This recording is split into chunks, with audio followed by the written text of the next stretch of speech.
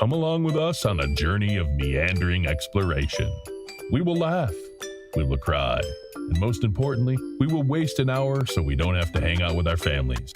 Whether we're bringing the sexy or telling you to fuck off, Teddy, Ashtray, Oracle, and Mystic will do it with enough enthusiasm to barely keep you awake. So strap in and strap on for another ride with the only show on the internet that has more episodes than viewers. This is the Red Eye Report.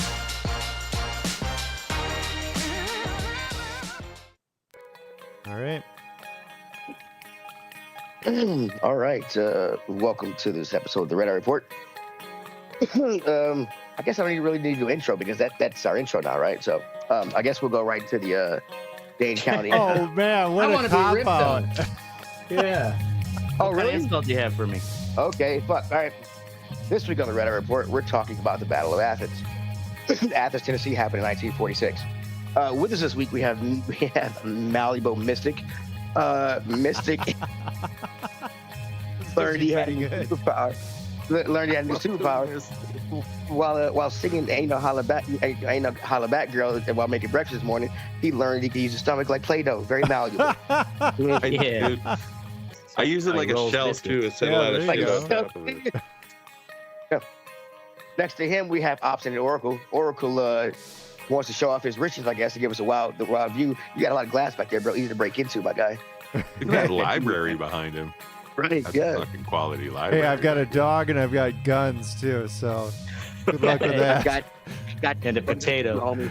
And a the, potato. mi- the Put a Midwest dog in America guns. starter kit right there. Here's the big thing about guns and dogs. They didn't stop handing them out once you got yours, all right? Everybody can get one. Next to him, we have Old Man Ashtray. Ashtray is already adopting the defeated dad beard, as you can see, looking like a hobo off the street. I like Mystic's reason for him having a beard is to catch that homeless ass juice. You know, really bring it home. Gotta mop it up. You know, the Oh flavor God, saver, you know that's what I'm disgusting. saying? I'm Teddy. I just came off the here on top of my head. Bam, bitches. Let's go. It's the Red Eye Report. That was pretty right. fucking good, dude. Our animal this week, I got this from Ashtray actually, is Brad the Bengal cat. I don't know what a Bengal cat is, but the internet will tell you that it's not a Bengal cat, you fucking motherfucker. That's just a regular, Brad Yes. the Bengal cat. Regular damn ass short hair. regular, sure. Ain't no Bengal in that cat, bro. Boo. Yeah, that poor owner was all myth. I guess. The peer vet pressure. said so. Yeah, well, vets lie. All right. Boom. All right, here we go. This week we're talking about the Battle of Athens. I learned about this here. It was, they say it's the first successful like coup attempt in the United States. Wow. Successful. Damn. Yeah, they overthrew a government. Let me go to this one page here. Boom. We have to start off by one. This just starts off with one guy, really. His name was E.H. Crump. He was the mayor of Memphis. He had a very illustrious career here. He was the dominant force in Memphis politics for the first half of the 20th century. Okay, he was the mayor from 1910, 1915. But before that,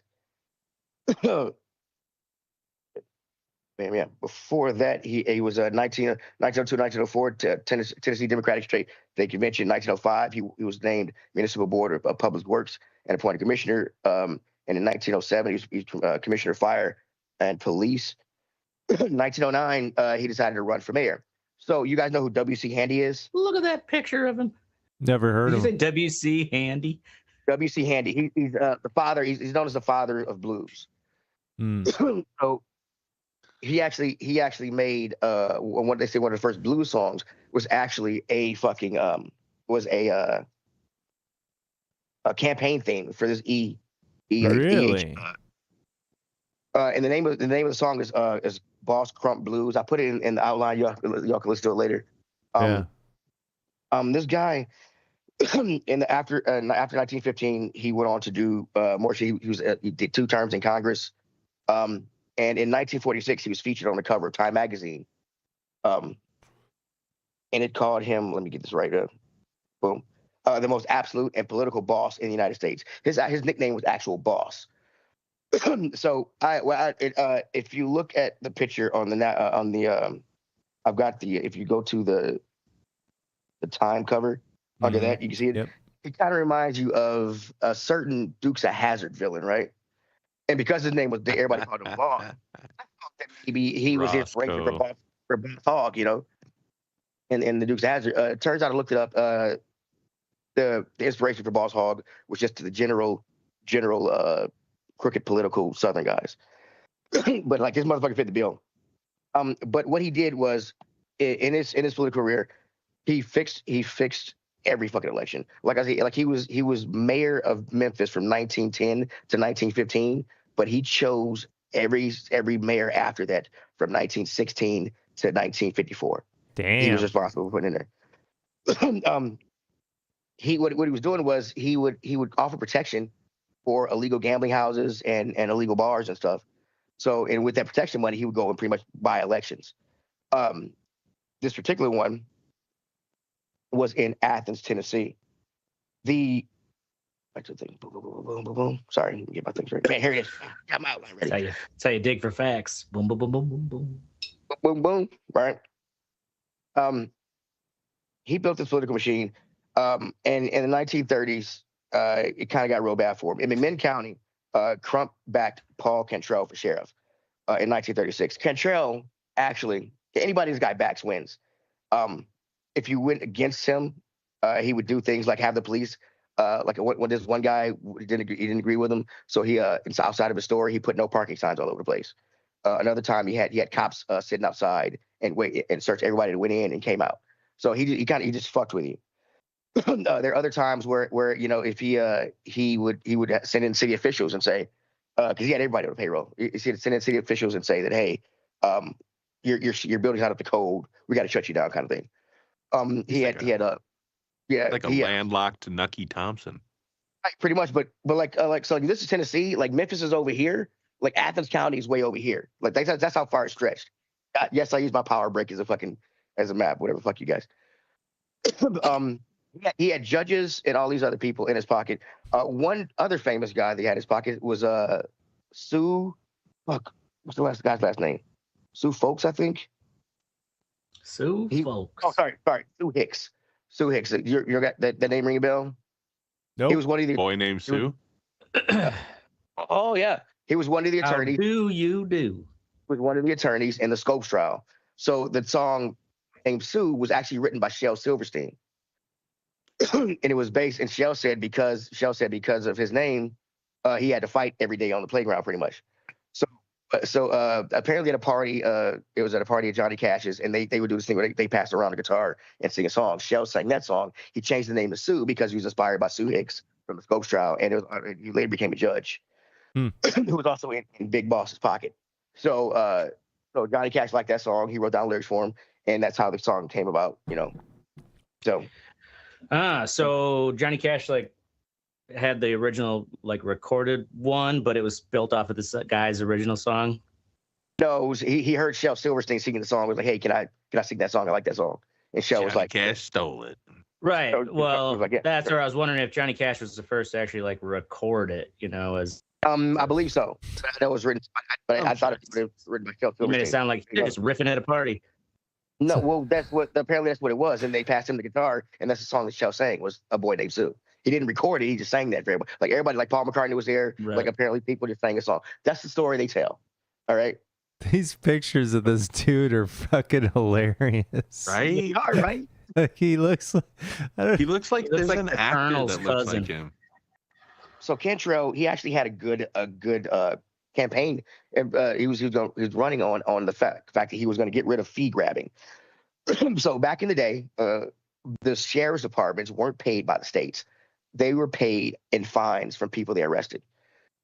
which thinking that's a bad fucking idea because it incentivizes people, the cops and stuff, to fucking arrest you. This guy ran on the premise of, hey, we're not going to do that. I'm going to give myself a $5,000 salary, and we're not going to do fee grabbing. Okay. After he got elected, he was like, yeah. So I was kind of bullshit. I don't want to do that anymore. And the county was like, no, you fucking said you got to do this. So this is what you're gonna do. So he was like, well, I don't want to do it. So he actually sued the county so that he can keep doing the shit because everybody's Is he back. doing a Hitler salute right there in that one? Probably, but And it looks like it going down a roller coaster. That's what it looked like. Yeah. Like I'll fucking hide that picture grass, was buddy. taken at Great Flag or Six Flags Great America. so he sues. Like He you're sues the about to say, county. is you ain't my constituency. Yeah. Anyway, he sues the county. He wins because everybody is getting paid by Boss Hog and shit. And he wins. So he institutes and they start fucking. And this is in 36. They start fucking up everything. If you get arrested by them, it's an automatic $16 fine. $16 in nowadays is about $300 dollars. Back then, a lot of people was a week's salary. If you disagreed or whatever, the deputies were known to beat, harass people. They threatened they to keep them in power. They rigged all these elections. What they did was after in 1940, I believe, Cantrell stepped down and because he went to go run for Senate. He put his right hand man Mansfield and in as the fucking sheriff. And until 46, they were doing all this stuff. But once Cantrell went into Senate, he made it a lot easier for them to steal elections by the poll taxes. They didn't tell people when they need to pay their poll taxes by. They wouldn't let them pay them right before they went to go vote. And they were doing all this other stuff that was not very cool. It's just mean fucking people. Dickhead stuff. Fast forward 1946, guess who starts coming home? Veterans are coming home. Santa Claus? Just Santa Claus. Mama, Santa Claus. I'm coming home. Santa Claus comes to town. They're coming home. Okay.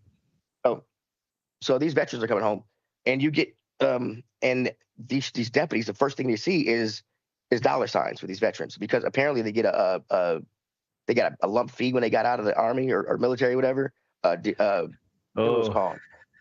Basically, like a big fat military check. Yeah. So they know these guys fucking are set, and so they're kind of going after these guys. The first one to really experience this was Sergeant Bill White. This guy fought at Guadalcanal and Tarawa. He went to go get this is in 45. They were still rationing stuff. So his father sent him to go to the rationing board to go get some $5 gasoline. He goes to get gasoline, and they're like, no. He's like, but I got my tickets. They're like, no. So he sees his buddy. He's like, what the fuck's going on? I got my tickets. They won't give me my shit at the rationing board. And the guy says, his buddy says, you got to go pay. There's a deputy there. You got to go pay the deputy, and then they'll wave you through and get your shit. So he goes, pays the deputy $5. Or he had to pay the deputy $5, and then he got his gas. So he went back to his dad. Is like, what the fuck's going on? And his dad is like, that's how it goes on right now. That's how shit is. The way it is here. Way it is, That's yeah, boy. just the way it is. And then he tells him a story. He tells him a story about how he was drinking milk on his lunch break, and the cops came up to him, sniffed his milk, said there's alcohol in there, and they took him up on it. Oh, It's rum man. chata. So this is another way they did it.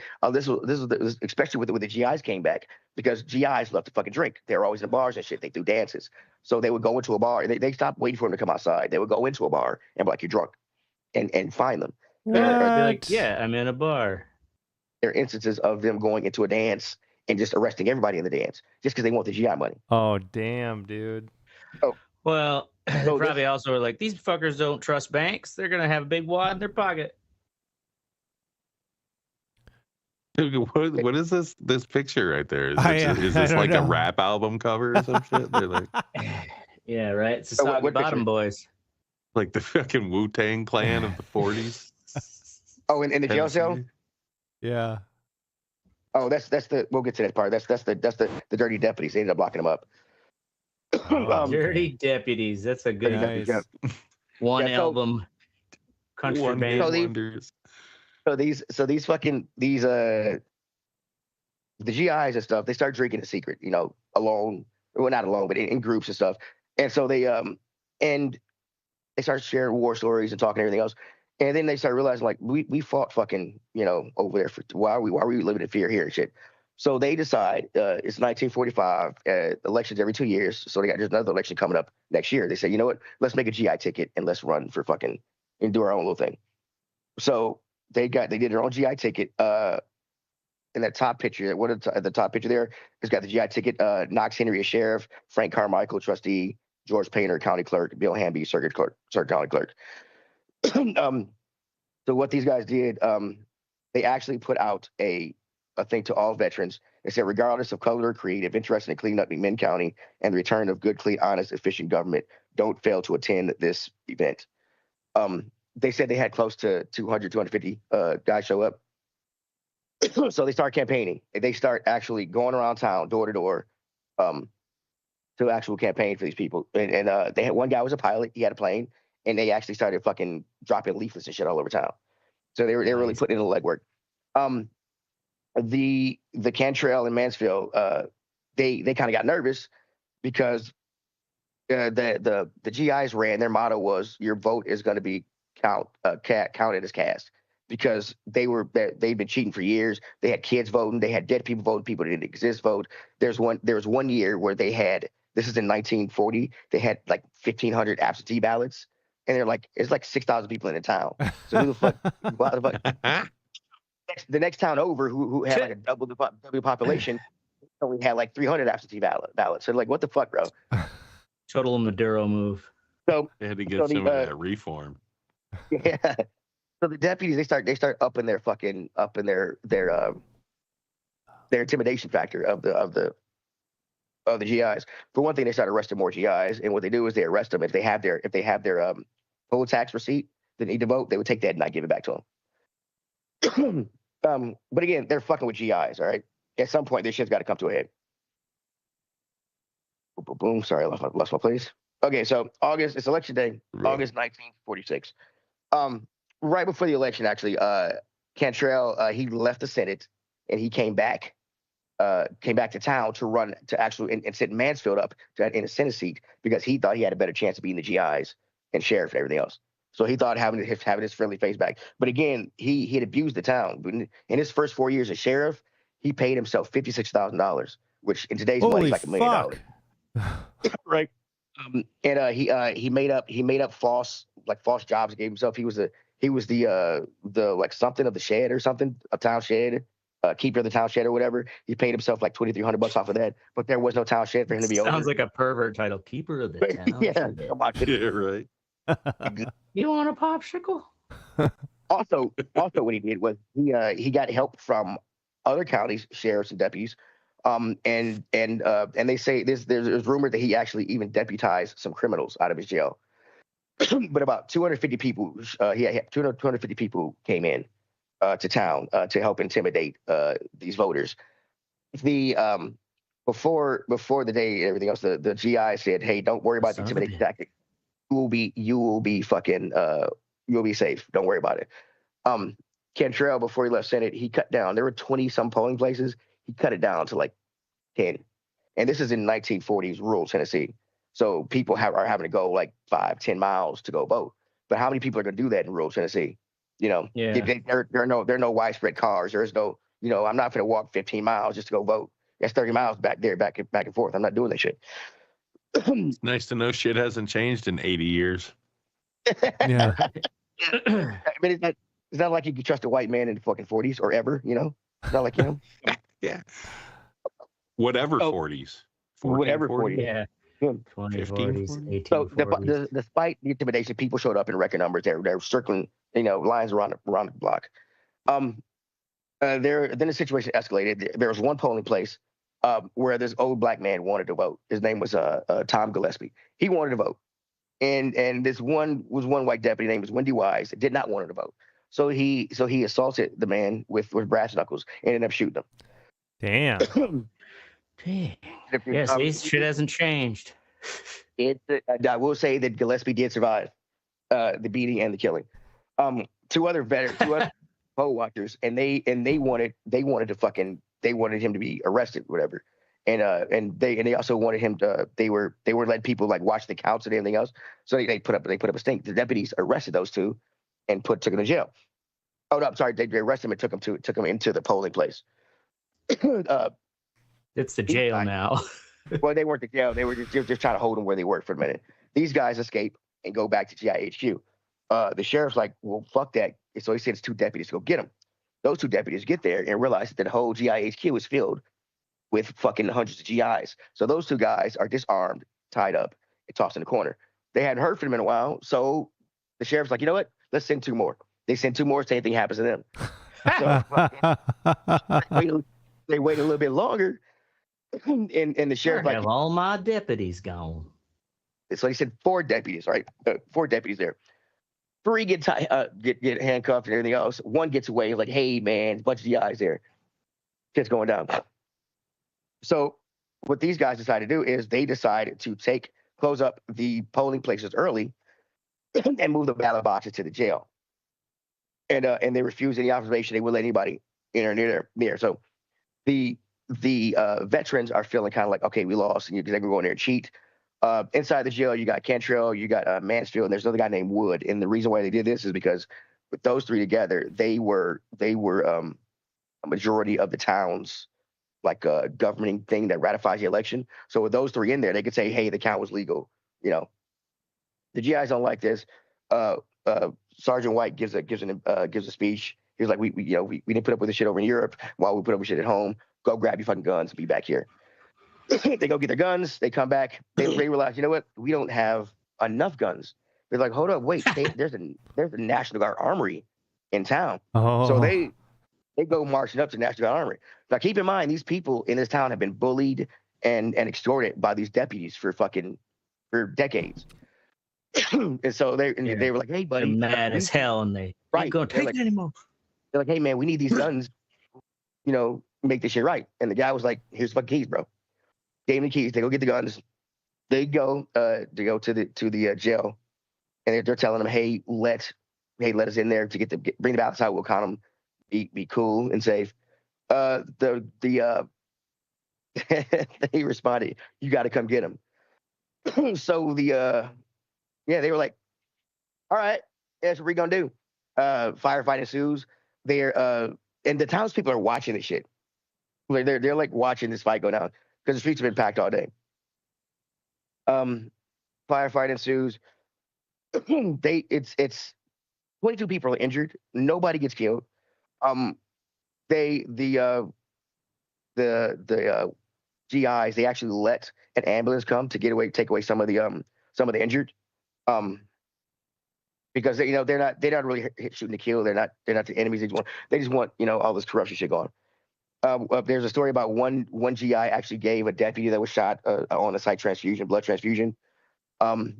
Mansfield, Sounds Wood, clean. and Yeah. Mansfield, Wood, and Cantrell, they actually escaped in the ambulance with the injured. So when everything, they get all the wounded out, they're like, okay, now let us in, or we're fucking, the guys, they were like, you still got to come get them. So the one guy realizes, hey, we got some dynamite, because they try Molotov cocktails first, but it's a concrete building, a brick building. Didn't really work so well. So they take 3-6 dynamite, tape them together, and throw them on the fucking porch, blow the whole thing off. And they're like, the next one's coming through the fucking window. So that's when the deputies like, okay, you know what? My bad. We're coming out. So the deputies start coming out. The deputies come out, and there's a ton of people in this crowd, and these people have been beaten, abused by these deputies, and fucking for years. So they kind of took this chance to enact some revenge. So they beat the fuck out of these guys. The Wendy Wise, the guy who shot the black guy, he is the second picture in the outline. Yeah, they beat the fuck out of that dude. Yeah, he got some extra loving. Picture under that is the after they get them all out, they go into the jail. They put them all in a jail cell. What they find in the jail they find a bunch of pre-filled out ballots for. So they're like, well, we ain't use these. So they bring them out. They bring them out, find some trustworthy people. They count them all, and you learn that the GIs have won by a landslide. They tell the deputies, they say, everybody, look, fucking, you ain't got to go home, but you can't stay here. You got to get out of town. Clearly wise, he was put in prison for a year for assaulting and shooting that man. So they had heard a rumor that the National Guard was coming. They before they cut the line to the jail, there was a rumor that they had called in, Cantrell had called in some favors with Senate and everything else, and the National Guard was coming. So little buddy gets in his plane and goes around to see if he can see any movement in formation. They can't, but they think because this shit happened that the National Guard, because it's in the news now and shit. They think the National Guard's going to come any day. The governor actually called off the National Guard, so they're not coming. But they don't know that. So for about a week, there are armed groups of GIs and fucking what do you call those citizens walking around because they don't want this election to be overturned because of the way it went down. So the marshals show up and they're like, okay, we heard some shit went down. Nobody's snitching, nobody's saying shit. And they're like injured people, the cars flipped over, but nobody's saying shit. So they can't really prove anything. What they can't prove is, hey, okay, we know they had to get these guns from somewhere. They got it from the National Guard. So they go to the National Guard and they're like, hey, every gun that they took from National Guard is back there. It's all back. So they're like, fuck, all the guns are back. And they're like, wait, ammunition. You got to keep track of ammunition. And the guy's like, well, we shoot all the time, so we don't really keep track of ammunition, so we don't really have any information either. Here's a 5. They didn't really have any recourse. And then the guys hear that another sheriff is going to come over and from another town and try to set things right. So instead of waiting for him, 50 of them just hop in trucks and go over there. Like, hey, buddy, heard you had a problem with our shit. Are we cool? And he's like, that's not what I said. It's not. So they ended up they didn't bring back order to the town. After everything settled down, they say anybody who they're going to look at all the past elections of town officials, and anybody who was not elected in a fair way, we're going to have a new election. And the minute they say that, like 35 people resigned from public office. What's his name was sent to prison for 3 years, and it was they got back their town and made it safe and non evil. Well, not evil, but not corruptive. The sheriff took a $5,000 salary. One of their first arrests actually was 2 GIs that had started some shit because they didn't want to be they wanted to make sure like, hey, just because we took over, we'll arrest our own. Right? I mean, yeah. So, and that's the story of fucking. There's actually a movie about that. Oh, there is. It's called 1 second here.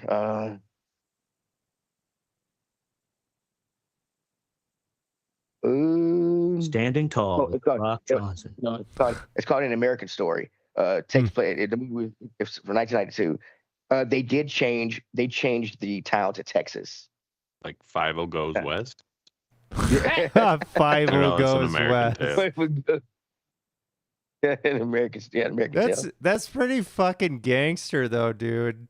Like they fucking pulled that shit off and they did it like perfectly. How fucked up the deputies? I mean, how fucked up for the deputies is to see all these people come home from war and be like, that's not a war hero. That's a fucking ching, Well, they underestimated a bunch of GIs that just fought like the Battle of the Bulge and fucking Guadalcanal and Tarawa. That's what. But I forgot to mention that in the they didn't just surround they were surrounded from all buildings because the GIs, people, like I said, people didn't like these deputies, so they gave them keys to their shops and shit. Like, hey, you need to get on my roof, you need to get in my window. Yeah. Nice. Here's my daughter. Don't take my. Let's not get that far. Any questions, thoughts, fellas? But yeah, the last. So they kind of didn't like take over. Well, they just like forced all the corrupt people out, but it's still like I guess I was thinking like we're gonna set up our own different government, when you said like a coup. But that's still it is. Well, yeah, I do see how you could still call it a coup. It's like forcing an election. Finally, Cantrell and Markson and Woods, they got out because they had a fucking Undertaker sneak about in his hearse. Sneak him out of town. And then they get free of town. They call a big boss man, Boss Hogg, and tell him. And he has his now judge buddy, Sue Hicks, ordered another investigation, but they still found nothing. And then Boss Hogg ended up losing a lot of his power actually kind of right after that, in 46, 47, because he objected to I think it was Truman being elected. Whoever was elected next. So then he started losing He started losing, yeah, and then he Support. passed away in 1954. There So- you go. Good riddance. Piece But of yeah, shit. but from 1910 to 1945, pretty much he ran Tennessee, like all of Tennessee. Like Fucking ran that shit. it was fucking. Like Yeah. a boss. But And like the nowadays, boys, it's they John got into a Morant. whole heap of trouble. You say John Morant? What the fuck? No. All right, next, that's my story. I got this story from a guy called the Fat Electrician. He tells a lot of fucking cool war stories that I found on his channel. Fat electrician, and he was talking about this story. Okay, It's cool. all, I Only don't know the why most he calls legit himself- sources for Teddy. I don't know why he calls himself the Fat Electrician. I believe he's in the military. I think he's a handle. Okay. He's on some other military podcast. I think he did some military service. But he does a lot of World War I, World War II stories and shit. Huh. This is where I got that. We're still doing animals, Mystic. I just got to find more animals. Okay, millions of horses, motherfucker. Millions of horses. 8 million to be exact. That it was million to be exact. Well, that's a lot of fucking horses. It all right. is. Don't you forget them. But yeah, I thought it was cool about the WC Handy song. I didn't know if you don't have time to listen to it, it's actually fucking yeah. If you want to be my man, you got to give me $40, bro. All right, moving on to the what sexy part of the show. We're gonna tell you what we think is sexy. You're gonna sit there and fucking take it because we fucking said so. God damn it! All right, up first is Oracle. One battle after another. One battle after another. So, this is on HBO Max. Checked it out. It's fucking awesome. It is so fucking cool. Like, it is just like roller coaster the whole way. DiCaprio is amazing. He plays the part really fucking well. Sean Penn, he's fucking awesome. Like this lockjaw dude. You really? You I like thought it Sean was Penn? good. I thought it was great. I was like, this is really good. We'll see what Mystic's fucking review is going to reveal. Review about is this. in the OneDrive. Dude, that Oh, black okay, chick you that plays already in the did. movie, fucking beautiful. Yeah. And Janet Robert Taylor, F. whatever. Kennedy Jr. I mean, Sean Penn Yeah. wasn't that great. Yeah. And then oh fucking who is the Taekwondo guy or whatever? Benicio Jackie del Chan. Toro. He was Fucking so amazing. fucking cool in this movie. Yeah, yeah. It was awesome. He's just like he's like going with the flow, like all kinds of shit. But he like knows everybody in town. It is like Yeah. setting all this stuff up. And DiCaprio, he's just like kind of like frantic, and it's great. It's really good. I thought it was an excellent movie. So Yeah, DiCaprio, it was different because he is the leading man, but he's not the everyone around him is way more competent than right. he is. Yes, that's what makes it so good. He just kind of falls into the right Right? fucking positions at times. Yeah, it's so great because he was like this revolutionary guy back in the day, and then he went into the hiding. Right. And then like they're trying to Now get he's just a pothead. right, they're trying to get out, and he's on the phone like trying to get like the rendezvous point or whatever. And they're like, okay, what's the sequence or whatever? And he's like, fuck, I mean, I've been fucking smoking weed and doing drugs and drinking. I've literally fried my brain with drugs and alcohol. I love drugs and alcohol. I don't remember your fucking password. It's pretty fucking classic, man. It is a good enjoyed it. movie. Typical Paul Thomas Anderson. I'm gonna have to check this out. Yeah. Oh, that's who directed it? Yeah. It's a lot like from beginning to end, there's a lot of tension in it, just like There Will Be Blood. Mm. And it's a lot due to the sound design. Mm. Like there's the fucking sound is dissonant tones and like just off tempo shit. It's weird. Yeah, they did some cool stuff with there's a chase scene like towards the end, where they did some Yeah, really like- cool camera shit too. Fuck yeah, they did. Word. Well, Up next, Oracle pretty much hit on everything in my review. So Oh, there you go. Word, way to go. Up next is Mystic with Peacemaker Season 2. Goddamn bird blindness. Can't see how big this thing. Tell how big this thing is. bird blindness. Tim Meadows is fantastic. Yeah. This whole show is fucking great, dude. It's hard to explain. The first season was funnier. This season's definitely more dramatic, but there are some fucking hilarious parts. Sci-fi and weird, yeah. What? There's more sci-fi and weird also. There's a Yeah. lot more this one than the past one. So yeah. Anyway, I mean, there's nothing. Have you guys seen it? Either of you? Or No. Nope. Not- I it's haven't it's. finished it yet. I think you'd like it, or it's both of your guys' humor, in my opinion. Season 1 and 2. A similar style of humor. Was it Suicide Squad that he was in before the series? Yeah, it's the exact same. Okay. It's James Gunn. So Yeah. Oh, okay. Ernest fucking saves America. pretty much. It's the way John Cena put it in this interview is he said James Gunn came up to him after he couldn't really find the character in Suicide Squad, and he told him, "This guy is a douchey Captain America." And he's like, Yeah. "All right, I got you." And that's exactly what he is. He's a fucking douchebag. Yeah, he is. But anyway, yeah, check it out. Word. Up next is Me with the Phoenician Scheme. This was the first Wes Anderson movie I've ever seen. Is that the guy that directed Wes Anderson? What movie? I don't know. The Phoenician Scheme. I have I not believe seen that it's, movie. I believe it's Wes Anderson. He does a color The scheme. first Wes Anderson movie you've ever seen? It's the one I've ever seen. First one I've ever seen. Yeah. I want to watch. I've never seen Grand Budapest Hotel, Asteroid City. I've never seen those.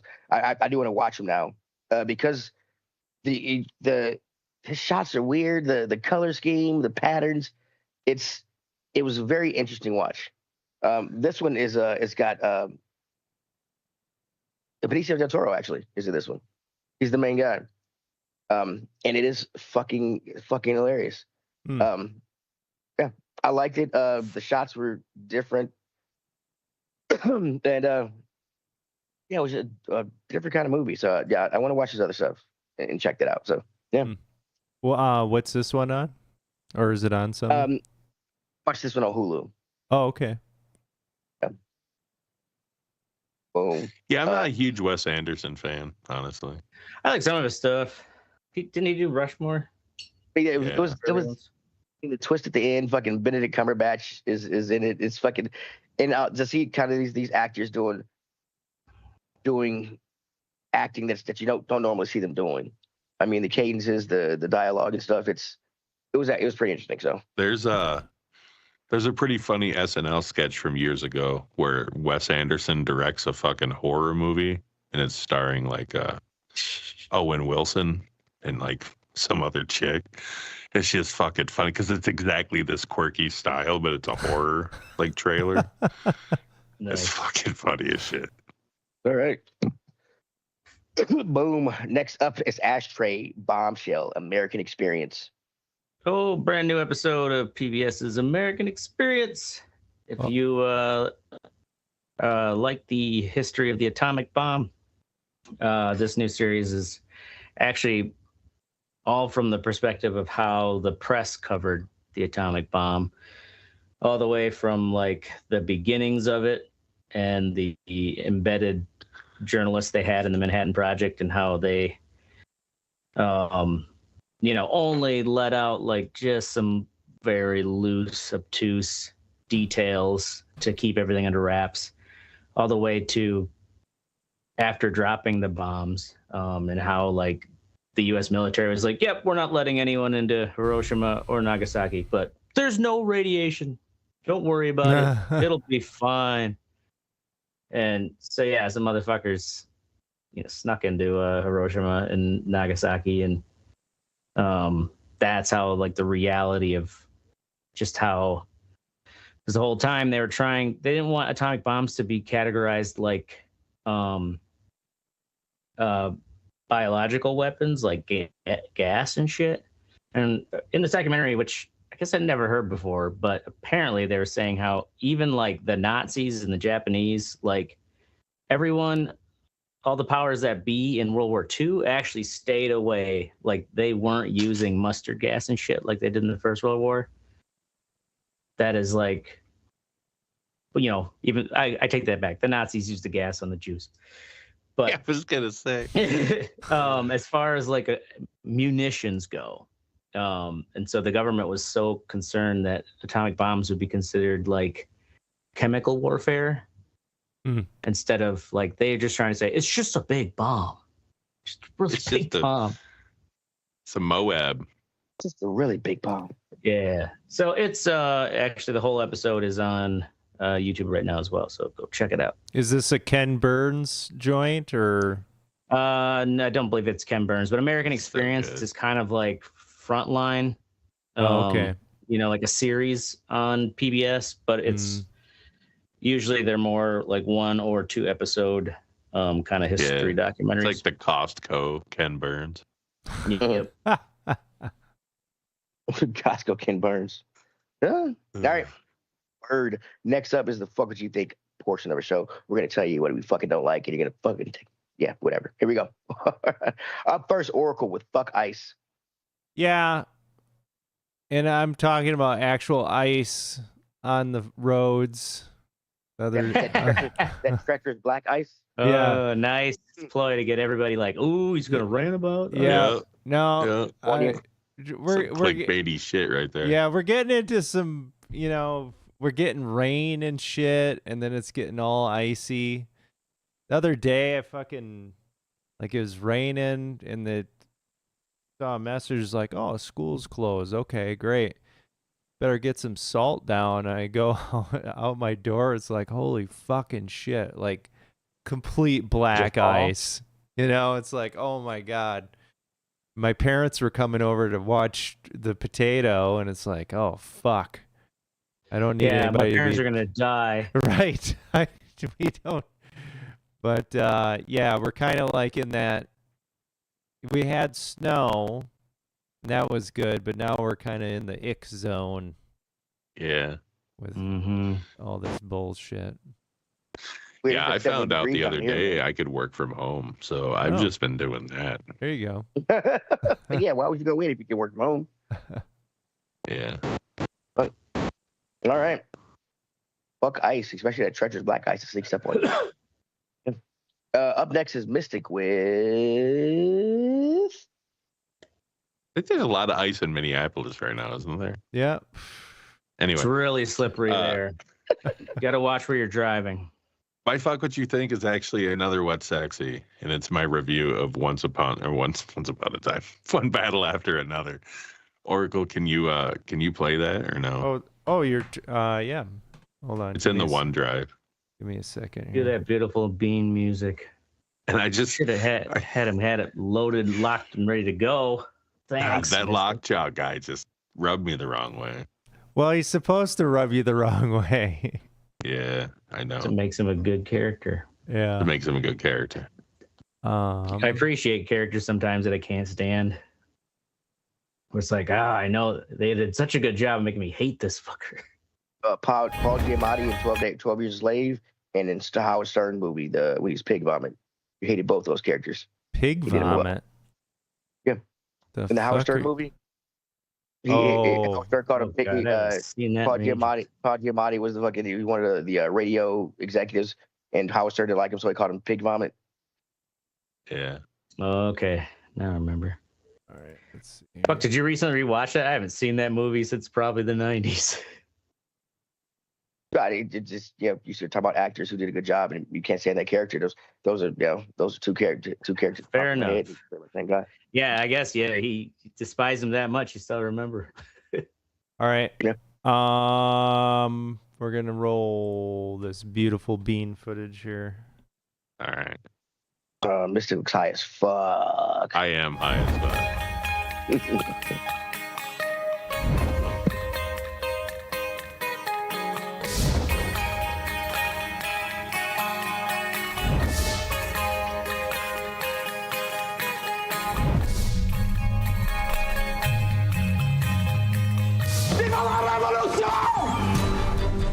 One Battle After Another is the latest offering from director Paul Thomas Anderson, the helmsman of such instant classics as Boogie Nights, Magnolia, and There Will Be Blood. This one starred Leonardo DiCaprio, Benicio What the f? Del Toro, and Robert F. Kennedy Jr. Sean Penn. I assume doing his best brainworm impression. The audience can hear The this. I good. can't hear shit. This was an absolute masterclass in building tension through music and pacing. From the moment the camera rolls, there is a sense of dread and tension. The use of minor keys and dissonant tones throws the viewer off and makes you beg for the sweet release of closure. The cinematography was also great. Incredible camera work, and the car chase scene at the end is unique, to say the least. The bad. There were a few what the fuck moments.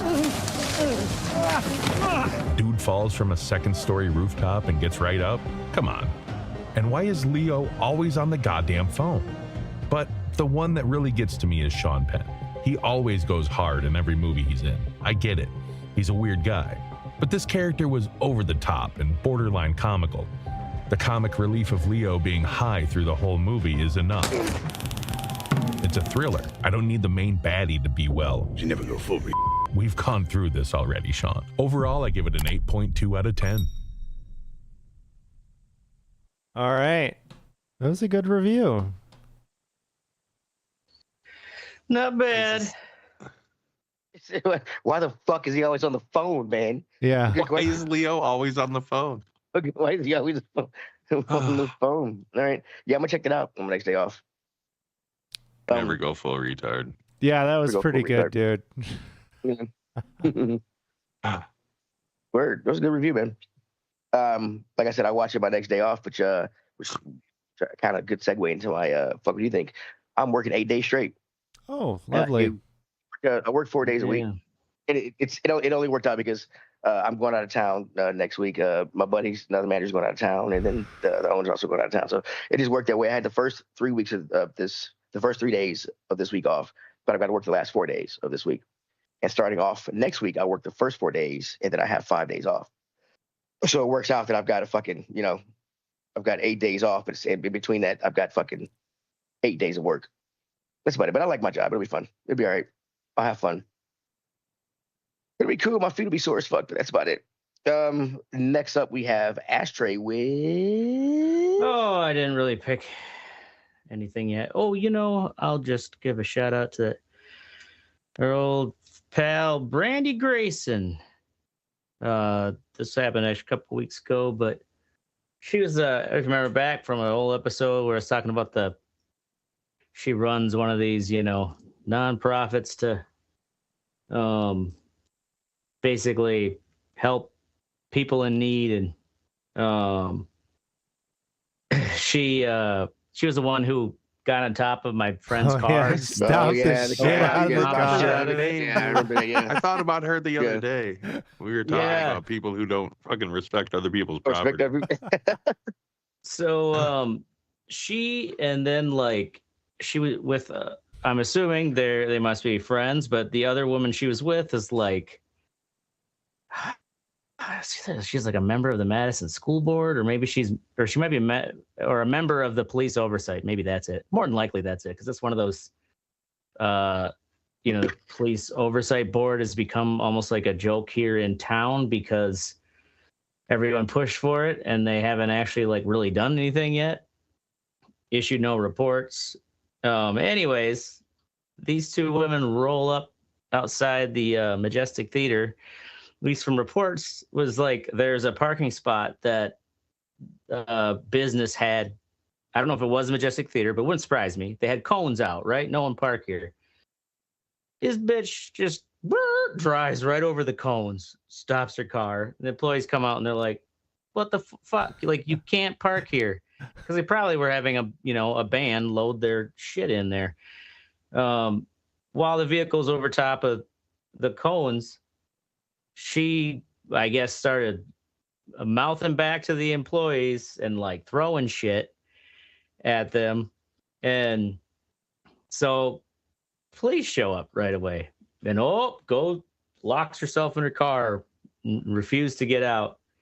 Till they basically had to force both of them out and, take them in for blood testing because they were both like obviously fucked up. Didn't say whether they were drunk or not. But it's just like, oh, Brandy, think you can just do whatever the fuck you want. Yeah, so it's a white girl power right there, bro. How dare they're you both tell me no? entitled, They're not. man. Yeah, they are. Especially in the White- People's Republic of Madison. Yeah, they're like anti every white. Oh, well. All right. Well, Well, fuck you, Brandon essentially, Tracy. Yeah, I mean, yeah. Okay. Well, that's our show. In all seriousness, go fuck yourself, Ohio State. We're gonna be here every Wednesday or Thursday night at 10 p.m. Central. We're gonna be here whenever we fucking want to. It's our show. Go fuck yourselves. Make sure you join the conversation at theRoundaboutReport.com or Facebook.com/theRoundaboutReport. I don't even know why it says you can Twitter us in here because we don't even own that shit anymore. Like us, share us, and fuck us. We're down for whatever. I am Teddy. I'm Oracle. Stand off. This is the ashtray. The Red Eye Rapport. report.